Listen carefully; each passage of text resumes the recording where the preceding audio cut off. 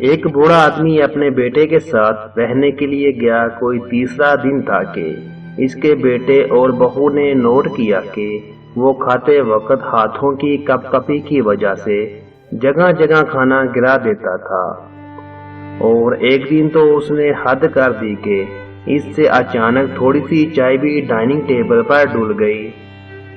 سارے دسترخوان کا بیڑا غرق ہو گیا۔ چائے کی پیالی نیچے فرش پر گر کر کرچی کرچی ہو گئی۔ بوڑھے کو بہت شرمندگی ہوئی۔ اس کے بیٹے اور بہو نے سوچا کہ ایسے تو روز روز گند مچے گا، کیوں نہ ابا جی کی ایک سادی سی لکڑی کی میز ایک کونے میں علیحدہ لگا لیں، ان کے لیے برتن بھی علیحدہ کر دیں، لکڑی کے پیالے اور لکڑی کی پلیٹ چمچ علیحدہ کر کے ابا جی کو ان میں کھانا پینا دینے لگے۔ ایک دن میاں بیوی اپنے بیٹے کے ساتھ بیٹھے تھے۔ بیوی ٹی وی دیکھ رہی تھی اور شوہر بیٹھا اخبار پڑھ رہا تھا کہ اس کی نظر اپنے 4 سالہ بیٹے پر پڑی۔ اس نے بیٹے سے پوچھا، کیا کر رہے ہو؟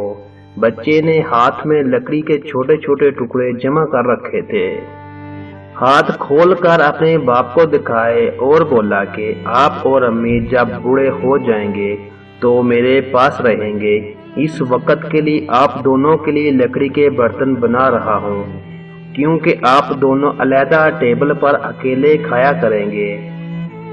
بچے کی بات سن کر باپ نے پریشان ہو کر بیوی کی طرف دیکھا، جو ٹی وی چھوڑ چھاڑ کے بچے کی بات پر رنجیدہ تھی۔ اگلے دن سے دونوں میاں بیوی نے کونے والا ٹیبل باہر پھینک دیا، اور بچے کے دادا بھی باقی سب کے ساتھ کھانا کھانے لگے۔ آج بھی بڑھاپے کی وجہ سے ان سے کبھی چائے گرتی ہے تو کبھی سالن، مگر اب ان کا بیٹا اور بہو کوئی شکایت نہیں کرتے۔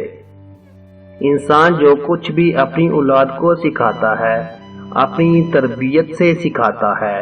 جو بھی آج ہم بوئیں گے وہی کل ہم نے کاٹنا ہے، تو اپنے رویے کو سب کے ساتھ بہتر بنائیں تاکہ آپ اپنی اولاد کی بہترین پرورش کر سکیں۔